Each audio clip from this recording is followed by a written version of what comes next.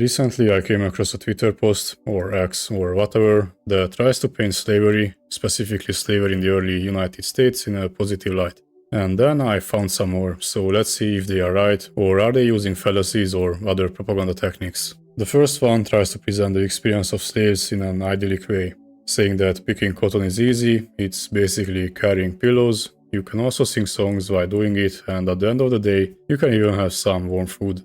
He compares this to being cannibalized in Africa and harder jobs, to be specific, digging potatoes. He also mentions that the early Christian Americans probably had slaves out of benevolence and describes the act as kindness. Mentioning free money, I guess this is a propaganda post opposing reparations for slavery. So why am I referring to this as a propaganda post? After all, picking cotton is better than being eaten alive. However, this is only my personal opinion, some people may prefer the latter. And as he describes it, carrying pillows was probably better than digging potatoes. So he's right, isn't he? Well, attentive viewers probably noticed that I said something that is not entirely true, and said that he mentions that early Christian Americans probably had slaves out of benevolence. But he said no such thing, he did not refer to them as slaves. He does not ever mention slavery. He's heavily implying that he is talking about it, and I think everyone will understand this post as such. But he is contrasting picking cotton to other life situations, whether it be living in Africa or digging potatoes. He does not contrast being a slave and being free. And this is because this is a red herring that becomes even more obvious when you read the sentence that they not feel entitled to free money forever. This post is trying to distract you from the real conversation about slavery reparations and tries to redirect you towards another conversation, whether slavery was good or bad.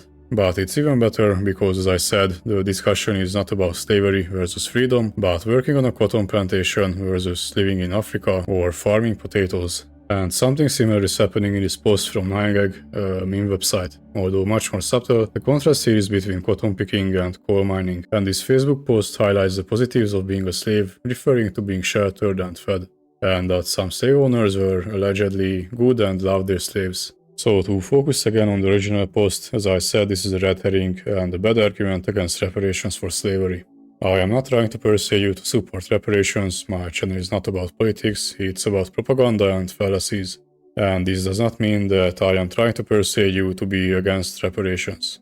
People can have good arguments both in favor and against reparations. This Twitter post, however, is not one of these good arguments. The same goes for slavery itself. You could have a discussion using void arguments in favor and against it. Using a red herring and talking about picking cotton instead of slavery itself is, again, not one of them. And before you jump on the report button, me saying that you can have a discussion using void arguments in favor of slavery is not me supporting slavery. And this previous sentence is not me being against slavery. Also, I almost forgot, the positives they bring up for slavery are not positive attributes of slavery. Having shelter, food, or a positive work environment, I mean singing songs, is not related to slavery.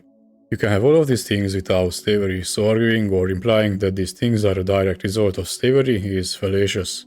You know, they could have had all these things if they just went to the early United States, worked for money, bought a house, bought some food, without being property themselves.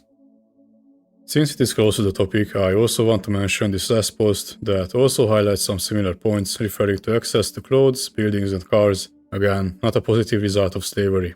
But there is a lot more to this post and the one it replies to, but it is for another video, so thank you for watching and see you next time.